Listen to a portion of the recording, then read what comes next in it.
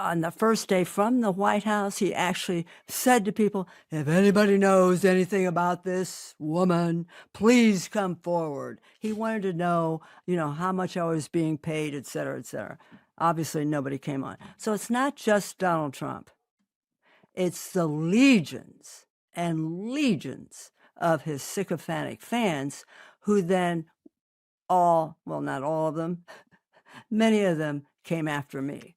So when you go up against Trump, you go up against, a whole nation of Trumpers.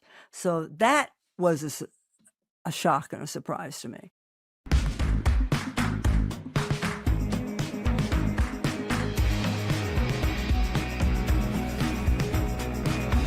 Hello and welcome to Why Is This Happening? With me, your host, Chris Hayes.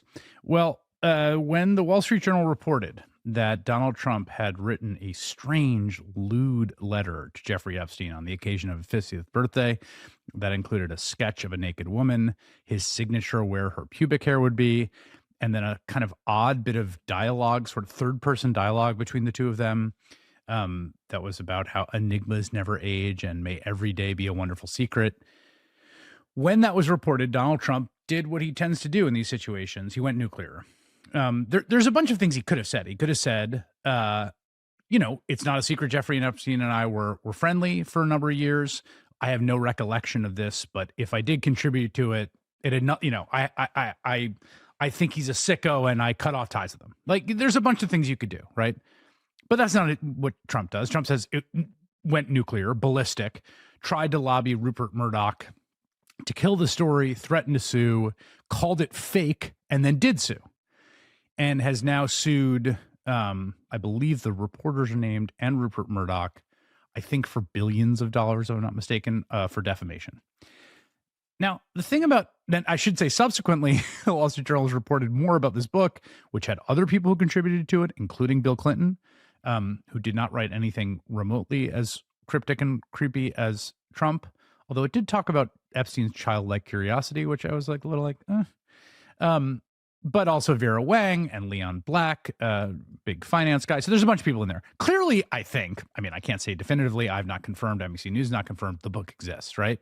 So now it's like, well, were all the rest of them fake, or was just the Trump one? Like, so the point isn't the reality or the lack of reality in this case. I think it's almost certainly the case that the reporting is solid. It would be crazy for it not to be. It's to use civil litigation as a kind of tool of intimidation.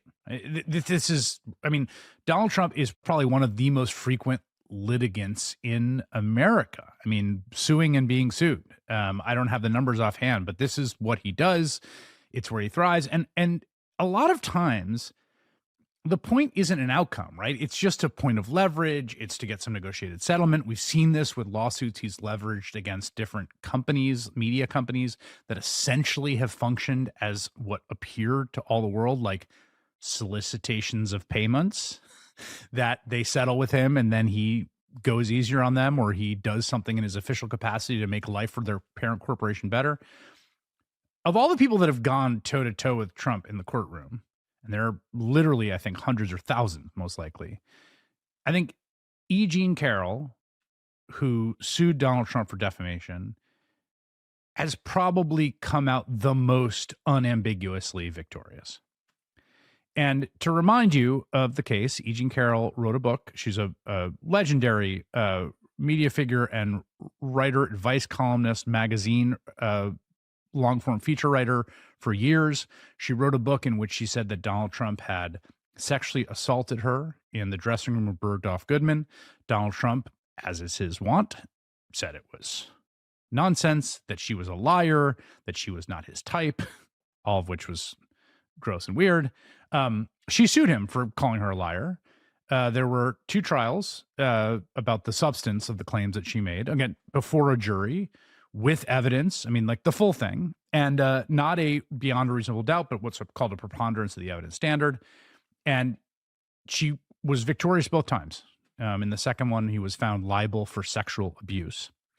And so I thought, as we're watching the president turn into a litigant for possibly the first time in our history, everyone's just sort of like, oh, of course Donald Trump's suing, but it's weird for the president to sue someone. And B, the Jeffrey Epstein scandal kind of engulf the administration. I thought who better to talk to than someone who has sort of lived through what it's like to go head to head with Trump on something like this than E. Jean Carroll. So, E. Jean, welcome to the program. Well, thank you, Chris. That was absolutely delicious. What a great introduction. I'm proud to be here. Thank you very much. Let me start with your perspective on this as someone who had to go through a drawn out legal battle with Donald Trump. And we're seeing how often he is now using this tool that in a kind of just like almost like tactile day-to-day sense. What does it mean? What does it mean to be embroiled in a high stakes, high dollar, long drawn out, well publicized civil lawsuit with Donald Trump? Well, here's the thing. It's not just you're embroiled with Donald Trump. You're embroiled with his millions and millions and millions of followers, Right. who he keeps whipping up into a froth of excitement. With me, he was calling me a liar. He was calling me a dangerous woman. He was calling me a political operative being paid by the Democrats. On the first day from the White House, he actually said to people, if anybody knows anything about this woman, please come forward. He wanted to know, how much I was being paid, et cetera, et cetera. Obviously, nobody came on. So it's not just Donald Trump. It's the legions and legions of his sycophantic fans who then not all of them, many of them came after me. So when you go up against Trump, you go up against, a whole nation of Trumpers. So that was a shock and a surprise to me. I was not prepared for that. Can you tell me a little bit how that manifests in your life? I mean, obviously there's enormous spectrum of this. Like I'm a relatively public figure and I know what it's like to have trolls but my sense, and I've known other people who have been not specifically in your situation, but kind of in his crosshairs, is it's a totally different thing than any other experience they've had of, being in the public eye. Chris, it's extremely weird. Do you hear those dogs outside? One is 120 and the other is an 84-pound pit bull. And their job is to bark like crazy at anybody who slows down on the road near my house.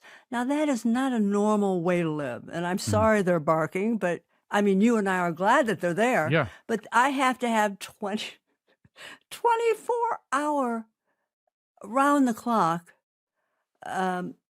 cameras, lights. The police chief is on my fast, whatever that is, on the phone. Yep. So that's very different because I am a loner.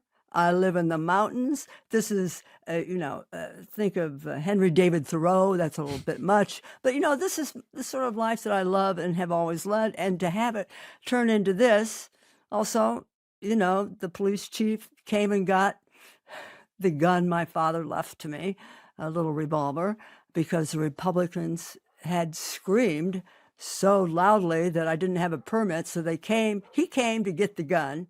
So then an hour later, Chris, I had to go to the gun store and get a shotgun, which is legal in New York. And so that's not normal behavior for me. I would never do that, but then I had to do it. So yes, it changes everything. It changes everything. That life-altering, I mean, in the sense of just like the reality of your day-to-day life, logistics, and I know how much the security can, be a hassle, honestly. I mean, as much as anything. I mean, it's, have you been scared? Is it like, does it create any sense of physical fear that the fact that there are people who would threaten to do things to you? No, I don't care if they shoot me. If I sat and cared if they're going to shoot me, how my life would be stupid. So I'd prefer that they shoot me in the arm or the leg. But you know what? I don't give two flying figs if they shoot me. When I came forward, I was willing to pay the price. I'm a little shocked at how big the price is, But I'm glad I did it. I'm glad I did it because, as you said in your introduction, Robbie Kaplan, one of the world's great legal minds, who's my attorney, and I were the only two people, I think we're the only two people, to beat the most powerful man on earth twice. How did when you were making the decision about whether you're going to come forward and you're going to write this, on that side of that dividing line in your life, and you've had a very long and incredibly notable career in a million different ways, so I want to be very clear about that. The sort of remarkable career you've had in many different incarnations for many different years. But when you think about that dividing line, like, do you think the person that made the decision, the prior you that made the decision to do it, knew like what they were doing? Or if you had advice to go back to tell that person, are there things that come to mind? Which one of us was a philosophy major at Brown? Which? Who would You've really been ask doing your that reading. question? Nobody in the world would ever. But that, of course, is the core. Of course, I'm a completely different person now. Yeah. Isn't that that question that you're asking, that is so important for people who are planning to have children, because they're going to be completely different after the children arrive, Yeah. right? Or if you're going to buy a dog, you're going to be a completely different person after you adopt that dog. This is the essential question. Americans should have asked themselves the Chris Hayes question before they voted for Trump. Yes. Are we going to be the same people voting for Trump that we will be voting for Trump after we voted for him? Essential. There's another book for you to do. But do you have a thought about yourself then making that decision? Chris, I don't think deeply about myself.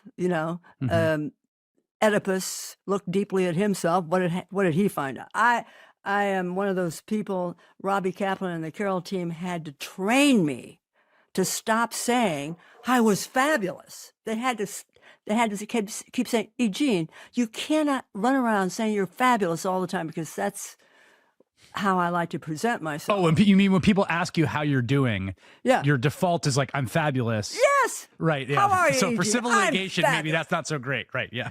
Yeah. So that's my default. I don't like to think about it.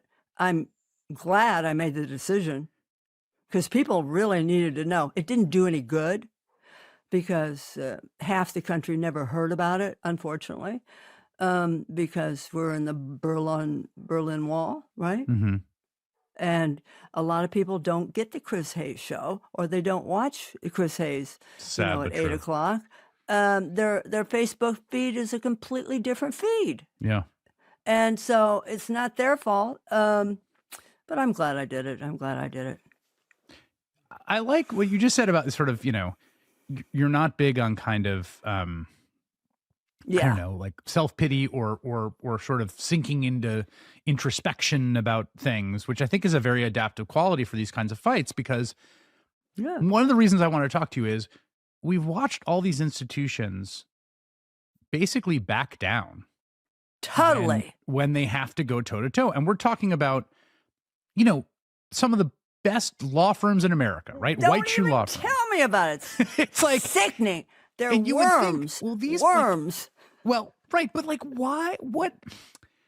I'm trying to come up with some theory in my head of like, there's this famous New Yorker essay called "Who Goes Nazi," which was written by someone who was sort of in the run up to World War II, thinking about who would end up being a fascist. Oh. And this is different than that, but the thing I'm trying to think is like, who fights and who doesn't, and what are the sort of personality traits or the like. So I'm asking you to introspect a little bit, right? Like to project outwards. Like, why didn't you back away? Why didn't you say this is too much? Let's just settle. I can't deal with it. Like, what kept you going? If you're talking about these big institutions, CBS, ABC, worms, both of them horrible. Just I can't even say anything. It's all about the right. Yes, and they're making business journalist. calculations. Yes. You see, I live in a hovel, so the money didn't enter into it for me. That's I could give two flying figs about money. I don't care about it. So that did not That's a big thing off the table with me. Right. And also you're not, that point you made, right? Like these institutions or companies that are multi-billion dollar institutions, they have a lot to lose. A lot to lose. Yeah. But we may have lost a great deal more because of their decision. Yeah. They're thinking of their clients losing their, their trust funds. Much more at stake. Horrible, horrible. But you notice who did come forward with like a dozen women about Trump, maybe 20, more than a dozen, some say 23. That was bold because when you come forward about Donald Trump, so they, the women were brave. The women came forward. They actually did it. And the companies that you're talking, it's a puzzle. Except this is the answer. Money. Yeah. You mentioned the women who came forward, and I'm talking to you in the context of this burgeoning Jeffrey Epstein scandal. Oh. And, one of the things that I'm so struck by is the courage of the victims who have come forward, who have, relentlessly sought accountability, who first came forward with, a lot of these people had no money, who they were in incredibly dire straits. Yes. They had this guy who was friends of some of the most powerful people in the world, and they came forward. And then when that plea deal cut them out, they kept going after him, and they sued him. Yes, they did. And it really is, it's inspiring to me and also enraging that to look at what it takes from the survivors of this kind of assault and abuse to get something like accountability. I'm not sure if anybody ever sues a powerful man, you'll never get accountability because the powerful man is the one who's always believed. Always. Even if you win, you're saying. We won with an upstate jury. Yeah. We won from Trump counties. Yeah. That was not a Manhattan jury, the first jury that proved sexual assault, held him liable for sexual. Chris, that was an upstate jury. And we convinced them. That was one of the first times he really was held accountable, but nobody heard about it because, only a few New Yorkers heard about it, but it was not spread out. Fox News did not do a big thing. And, the accountability, I don't know. Weinstein's been held accountable. Cosby was held accountable. He's out. Trump is fighting, he'll go to the Supreme Court on my two things and he'll lose because he doesn't have a good case. Well, what do you think? What do you think? You're a powerful man. Can you explain powerful men to me? That's a good question. I would like to flatter myself by saying I don't have the same components that some of the people we're discussing have. I think I'm not a Harvey Weinstein, Bill Cosby, or Donald Trump. No. But you're tall. You're well known. I'm tall and well known. You have a decent salary. You're in the public eye. You tick off a lot of the boxes, so you can speak for them. Well, I don't know if I can speak for them. One thing I will say, though, is I do think there is I don't know if this is gendered, but I'll speak from my own experience. There's a very seductive thing that happens if you go along your life and you have some bit of success where in some ways your ego has to expand almost at a sort of protective level. Yeah. Particularly if you're in the public eye. That's interesting. Because otherwise, if you're too raw and sensitive otherwise. There's a little bit of and then there's also this sort of seductive story that you can be led to tell yourself about how much you've earned what you have. And you can, and I think if you surround yourself particularly with certain kinds of people, but then there's also people who are not powerful who are just like awful inveterate creeps. And I think the real explosively dangerous thing is when you get an awful inveterate creep with power. Like, I don't know how much the power is the causal thing. I think Jeffrey Epstein might have been trying to do the same thing if he was a waiter, or he wouldn't have been able to, though. He wouldn't have been able to, but I think that, right.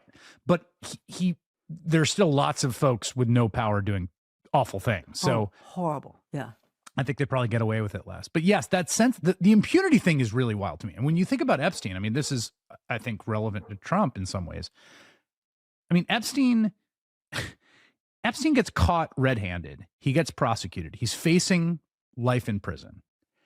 He manages this Houdini act with this inexplicable plea deal that Alex Acosta comes up with for him. And then, as best we can tell, you would think that might scare him straight. Like, no more, goes right back to it. And right out in the open. Yes. In New York City in the mansion. Right out in the open. That is a Superman quality. Yes, like the total confidence that you're not going to, that no one can get you. Isn't that amazing? Yeah. Uh-huh. Yeah. So, and I think that's I think Trump has that same quality, obviously. Well, he's the most powerful man on earth. It's probably true, yeah.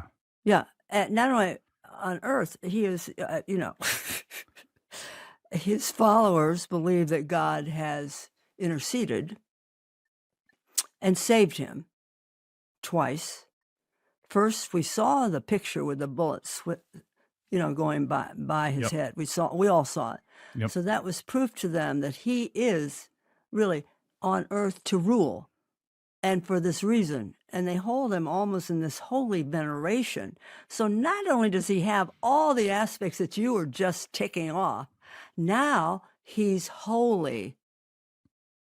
And that is, that's hard to beat. That's hard to beat. Just think of that. It's just. Why do you think,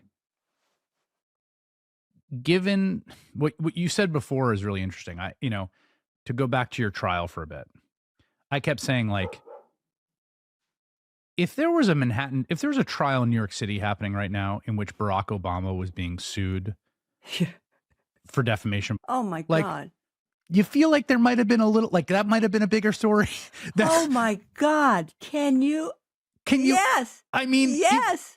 It would be the biggest story in the history of political media if that were like. Absolutely. We'd still be talking about it. It would be all anyone talked about. It would be. Now, part of that is, I got to say, there is a kind of man bites dog aspect, right? Like, it would be truly shocking because of how people think of Barack Obama. I think rightly. I think knowing people that know him, I think they're correct that they would be shocked by that. I think it is less shocking with Donald Trump, in which I think people have priced it in a little bit. But it still felt to me like it is strange that this is not a bigger deal. I mean, we covered it very closely. Did you? I mean, you were in the center of it, so you're probably not thinking about that. But how do you think about that part of it? I didn't think about it. Yeah. I needed to, sit in court, tell my story. I came to love the process of the judicial system. And I found it very exonerating. I got to tell my story in court. I got to tell my story when thousands and millions of people called me a liar. So it was very satisfying. As for, there was one, when the jury came back in the first trial, I heard that there was an off-Broadway production in rehearsal, and they were in the middle of a very serious scene, and a production assistant came running out on the stage. She said, "Carol won!" And everybody burst into applause and screams, and the house lights went on and off. So that was the feeling in New York. That so that was happy. And Carol Martin, the woman she was the woman I told you the next called day. And told contemporaneously. She was in her car. Her attorney said the jury's back. Carol was driving, yanked her car off the highway, pulled into a New Jersey little park. I think she even kept the engine running, staggered out of the car, and fell on a park bench because she was afraid that when the verdict came in, she would faint or lose consciousness. Yeah. And then it came in. Carol won. and I hate to be behind the wheel with Carol Martin when that news came in. I mean, none of us would have lived through it. So there were those ecstatic moments felt, I'm sure, across the nation by many women. Oh, yes. But as for the general population knowing, no.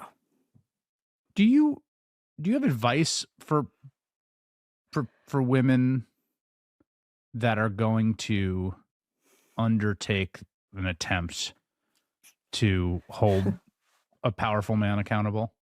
You were an advice columnist for many years.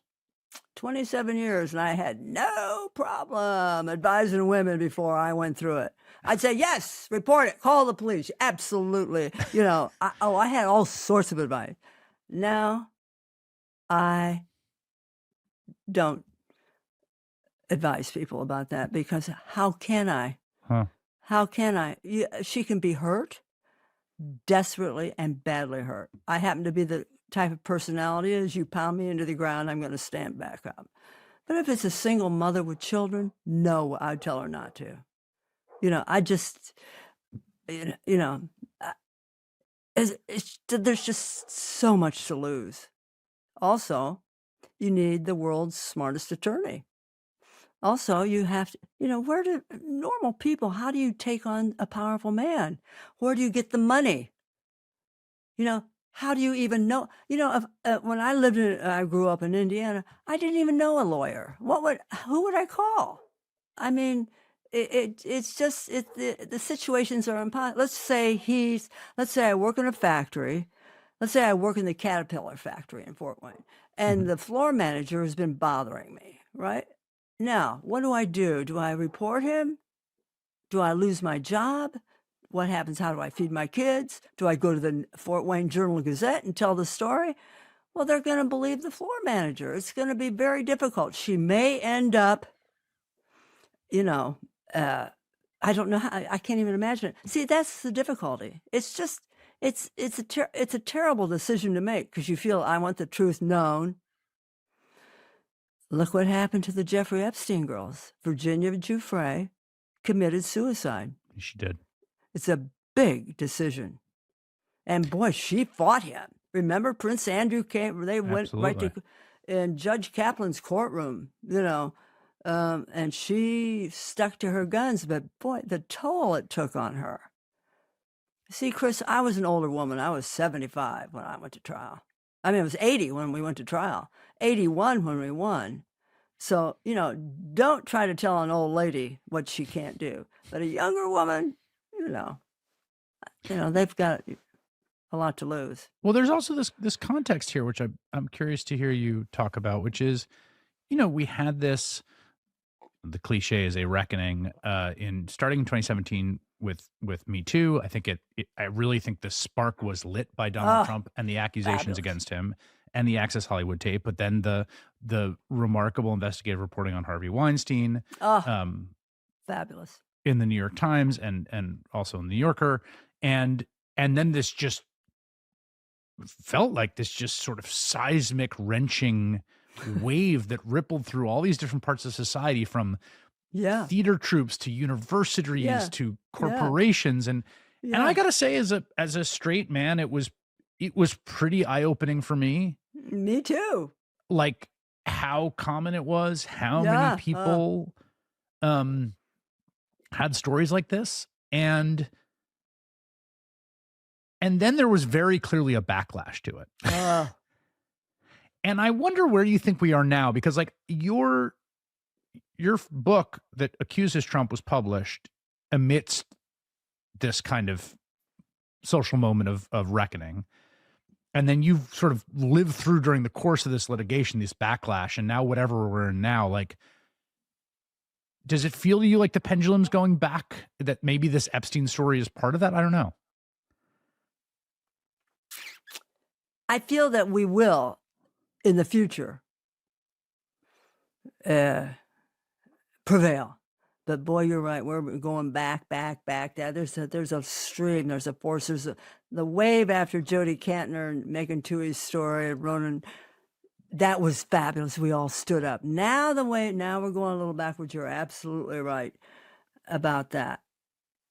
we've gone back 50 years to be exact. We don't even have rights over our own bodies anymore. I mean, Exactly. I mean, I think here's my feeling about the Epstein story. First of all, the details are horrific. ugh, And ugh, the details are also, I said this the other day on air. It's like the JFK assassination, where it's like, before you get into any conspiracy theories, if you just talk about the actual known facts, they're crazy. Like, it's yeah, like, no, wait, I saw that. Exactly. They're like, nuts. wait, Lee Harvey Oswald tried to defect to the Soviet Union, and then he was there and he came Yeah. back, but he was also went to Mexico, and the CIA was it's- tailing this Cuba Yeah. group. But like, you're like, what? So, with Epstein, it's like, wait, there's pictures of him and with this academic and this Yeah. famous person, and Yeah. why is Ghislaine Maxwell in the aisle at Chelsea Clinton's wedding? Like, what is I don't know. Really. so even the Wall Street Journal is like, oh, Vera Wang wrote Jeffrey Epstein. What? I know. Why? So at one level, just the details are crazy, and I think that is part of what's gripping. Both how horrible what he did was, how systematic it was, and also the connections he had to the rich and the powerful. Yes. Yes. But I think there's a third aspect, which is that the reality of the sexual exploitation and molestation of girls Hmm. is, in the vast majority of cases, horrifyingly banal. It is Yes. coaches, youth Yes. pastors, it is Yes. teachers, it is Yes. priests, it is Yes. uncles and stepdads Yes, and yes. boyfriends. Yes. And that reality is so ubiquitous and so horrible that there is a comfort in the notion of a like global conspiracy Yes. of Yes. dark, shady, bad guys, evil people who are doing this evil thing. That is a comforting thing Yes. to think about it, as opposed to the banal reality, which is that something like 25% of girls will be sexually molested in some way Oh, during yeah. their It's between the really ages, I think, higher. of 9 It's- and 18. It's really higher. It's Higher than that, but I mean, like, even just in Yeah. this narrow band, right? As like, girl to teenage girl, tween, whatever. Like, that reality is so awful that it's like a weird pressure release valve to think about it all being done by this awful cabal of elites. I think you're onto something. I think that that sounds absolutely right to me. Yeah, that sounds absolutely right. Yeah, no, that's good. I like I think, that. well, I think to go back to the Me Too question, like, that was part of the crazy thing about Me Too also. It was like, there was all these powerful men, but there was also just, it was the ubiquity and the banality of it. I mean, just like, Oh, my please. grocery store manager or like whoever, like, Please. there's 100 of those stories to everyone, Yeah, Donald Trump. exactly. I think you have a wife. Yeah. You know a lot of women. Every single one of them has had a problem of some sort. Every single one. It's okay, this is interesting. Now, may I pick your brain? Please. I couldn't wait to ask you this. I've written it down. Okay, now the siren's call. Mm-hmm. Okay, now your subtitle, Attention, became the world's most endangered resource. Now, explain to me, because I really do not understand. One half the world is worrying, like you are, about our lack of attention, and the other half, for 3 hours a day, is riveted on the Epstein-Trump deal. No. How do you explain that? It's a great question. Like, given the book I just wrote about attention, like, why? I know. No, I don't have the answer of why this is the central question. Like, it's clear the Epstein story has this attentional pull Boy, that even in a Why? very, I know, I'm trying to, I mean, even in a very distracted age, I mean, this is the thing, to come back to what you're talking about before, about with your trial, which we covered, and which, for the Yeah. people in our network was incredibly salient. People watched Yeah. those shows and they were interested, and they were, Oh, I know. but there's a breadth and breakout attentional grippiness to Epstein that in some ways has also been the first thing like this of the second Trump Oh yeah, term, right? That like yeah, it just doesn't, everything else goes away. I mean, I can name you like, oh, remember the signal scandal, or remember when the plane yeah, crashed and he said yeah, it was yeah, DAI, and like that stuff yeah, goes, we bombed Iran like 4 weeks yeah. ago, and hey, you know, can anyone like, where do we end up on that? I forgot. Yeah. Wait a minute, but we're spending 2-3 hours a day on the Epstein Trump thing. That people are doing their research and they're reading and they're looking, they're asking about the pictures, and yet we're worried about our attention. It's such is now. Also, your book says our attention is being degraded by watching stupid stuff. Yeah. But this is not stupid. This is important things that we're riveted by.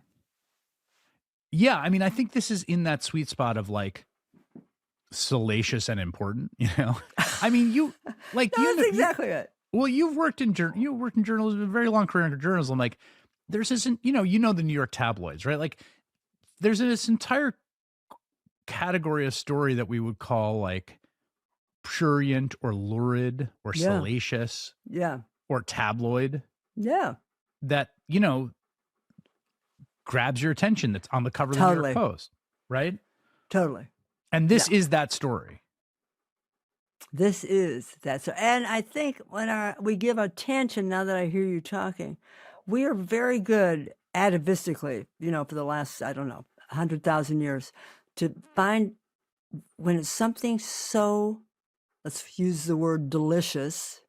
When something is so delicious, we have more of an ability to judge what is true and what is not true. Oh, that's interesting. Yeah. I think we have a special lizard brain that we're drawn to this. And something bothers it about us about it. It's funny you say that, because one of the things that I found so, you know, the Trump years are sort of this constant threat to your sanity, because you're kind of constantly like looking around being That's like, exactly it. is everyone like, what are we doing here? And one of the things when you talked about the litigation process, the judicial process being, you said exonerating, which I thought was very interesting. Yeah. And I think a lot of survivors don't feel that way Yeah. about their brush with the law. But what was, to me, from afar and covering it, was like, we're finally in some kind of bounded universe of regulated fact and reasoning, where like we have rules of evidence. Everyone's going to come together and actually Yeah. look at the same set of information, Yes. reason together, and come to a Yeah. conclusion. And that Yes. in that environment, they were like, yeah, she's clearly telling the truth. I was like, Yeah. thank God. It gave me faith. Yes, it works. The justice system works. And that's why it's so scary that he's taking steps like what he just did with Alina Habba Esquire, that little move that he made to keep Alina Habba Esquire in New Jersey. Yeah, as a U.S. attorney, even though General. she's sort Yeah. of termed out as a temporary, but he's sort of shuffling things around to kind of keep her there. Right. But like, did you feel that way, like at a deep level in this country where people are divided and they can't agree on what color the sky is, that like Yeah. in this context, Oh, it did do the thing that we want from Oh. the system to do? you have no idea. And it was brilliant. Why it was so brilliant is we put on 12 witnesses and they put on no witnesses because they thought that him saying, I do not know this woman, I've never met this woman, she's a liar, that would be enough. But it wasn't enough. And I think Joe Tacopina, certainly one of the best criminal defense attorneys in the country. I mean, he got Michael Jackson acquitted. He got, A$AP Rocky off. He got the guy who bludgeoned Natalie Holloway on the beach, kept him out of jail for years. Joe Tacopina represents criminals. He's at the top of his game. He's the best. He advised Trump not to fly back from Ireland and testify. He didn't think Trump should have done it. I think that was a mistake because we had an upstate jury. And I think putting Trump on the stand, I think, any man who's been bankrupt 6 times and still convinces everyone he's a business genius, could have convinced at Mm. least one little upstater. Well, here's the thing. The downside of that would be that Robbie Kaplan would have cross him. gotten to cross-examine him for, for 2 or 3 hours or 4 hours, and she would have torn his head off and fed it to him. But they could have won that trial if he had shown up. What do you think?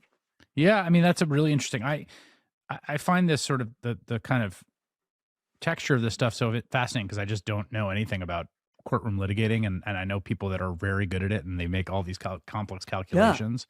Yeah. But it reminded me of, there are so many ways in which the jury system can be defective, and there's so many, even just down to like, there's an entire literature about how bad eyewitness recollection can be, and people have, there's a whole universe of this that your trial in some ways was the most profoundly I've ever felt the kind of original purpose of this idea of like fact finding. Yes. Which is like, what is the fact of the matter? What is true about the world? Right. Here's a way to do it. We have rules of evidence. We have people get together, they deliberate, and then they declare this is true. It was an anonymous jury. Judge Kaplan would not permit their names, their places of business, their wives, their telephone number, their addresses. They were taken down in a special elevator, Chris, when they left for the day, into a special vehicle and whipped away out of an unknown exit out from the court and taken to an undisclosed location. He really did not want that jury messed with. And so, again, the fairness of the trial, of course, now, after each day in the courtroom, Trump would blast out on his social, sometimes 40 messages an hour. Obsessively, he was talking to the jury that way.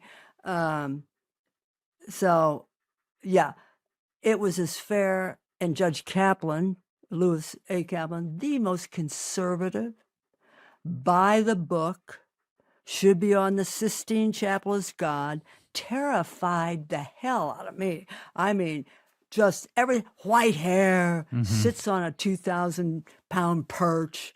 Joe Tacopina and Robbie Kaplan were extremely respectful. Trump, by the way, was off on Truth Social calling him a fraud and a disgrace and the worst judge in the history of the world. And there he is, exactly the opposite, a steel rod of a man. So, yeah, it was very satisfying, very satisfying. The other thing about your trial is that there's so much been this desire over the last 10 years of like, when are we going to get him? When are we going to nab him? When is the jig up? When is the moment going to come when in the crescendo of the movie where the villain gets caught or they get unmasked and the crowd goes, oh, your trial is really only one of those moments. Oh, it's fabulous. But then it's like, great. Then he keeps going. Yeah. No, it's the country great. reelected him after he was found liable for sexual abuse. And which brings us back to your headline. The Wall Street Journal, his suit for defamation, as you say, for billions of dollars. And yet, how can you sue for defamation that is harming his reputation? This really comic drawing, and not very bawdy. An 8th grader would, may think it's a little dirty, but normal, just two like this for breasts. It was not salacious. It was sort of ribald. And he's suing them because that would damage his reputation after he's been found liable for sexual abuse. Chris. Well, that's such a good point. How, because the tort of defamation is about reputational damage. Yeah. You have to, like, the idea that it does reputational damage to Donald Trump to be that he would have a body or Yeah. you've like juvenilely lewd Yes, juvenile. Yes. interaction with Jeffrey Epstein is like, yes. And to your point, having already been found liable of sexual abuse, again, something that I keep looking around as the scandal's going and people, the people trying to defend him and JD Vance. And it's like, well, of course he's in the Epstein files. Like Yeah, what? Yes. we play B-roll of the guy leering at women with Jeffrey Epstein on my yes, program every night. He was found liable of sexual abuse. He was accused of sexual harassment or assault by like dozens of women. Like the whole thing is, and there is a little bit of, I think, a wink, wink, nudge, nudge by his defenders. But on your case, I mean, it was interesting. He really hates it when people bring up your case. Good. I'm glad. I mean, he flips out about it. That's, the lawsuit of Stephanopoulos, which was, again, pretty ridiculous. That was settled. But you're totally right that the idea that there's a reputational damage here, given everything we know, is a great point about how defective the suit is before you even get to the fact that truth is a defense in a defamation claim. And if he wrote the letter, then there's nothing. Yeah. There's nothing. It's just, and there are other drawings, existence, other cartoons he's made. It's not, the Wall Street Journal and Rupert Murdoch could win $1 billion from him on this easily. If you're saying if they countersued. Oh, yeah, they'd have to countersue for that, wouldn't they? Yeah, I mean, well, that's what's interesting, right? All right, that may happen then. Well, because he tried to countersue you, right? Because the chain of events was you wrote that book. Yeah. It was excerpted in New York Magazine, if I'm not mistaken. Right. He called you a liar, said he never met you. You sued him for defamation. Yes. In this case, they published, he sued them for defamation. Now, he also tried to countersue you for defamation. Yeah. Which was dismissed. Yeah, it was dismissed. But yeah, it is interesting if they countersue. Although, again, then you're suing the president of the United States. Part of what makes this all so weird is he's both plaintiff and president, which is bizarre.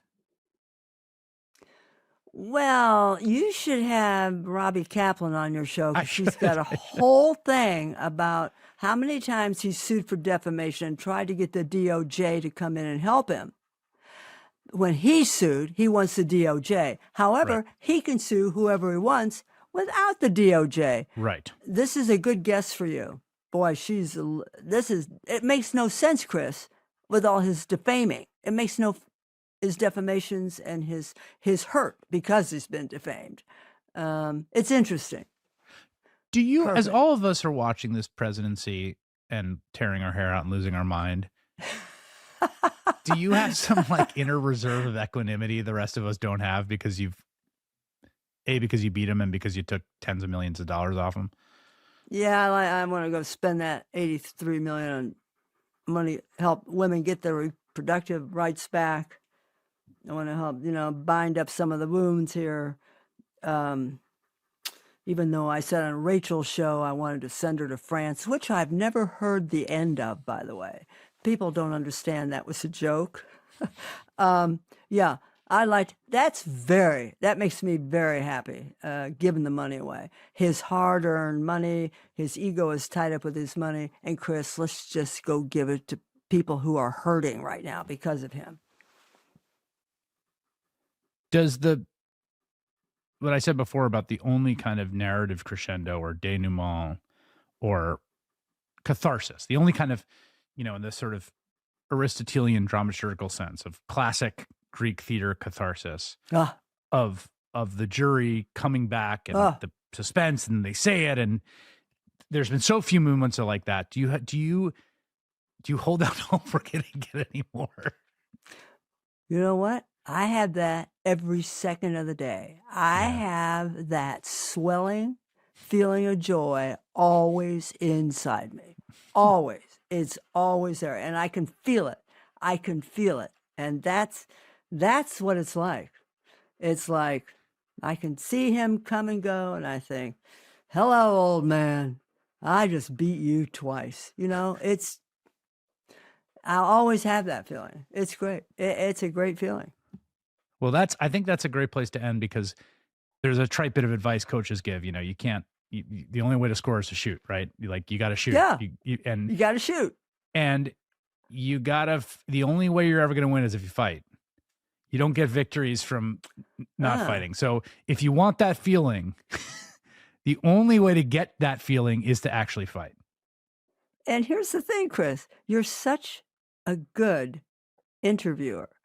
You gave me that feeling over and over for the last hour. That's thank you. Good feeling. I'm not kidding you. That is, yeah, that's a good feeling. That's service journalism for you. E. Jean Carroll. E. Jean Carroll is a journalist, author of 5 books, including the New York Times bestselling book, Not My Type, One Woman versus a President, a memoir about the trials in which she accused President Trump of sexual assault and defamation and won twice. E. Jean, that was a great pleasure. Thank you so much. Thank you.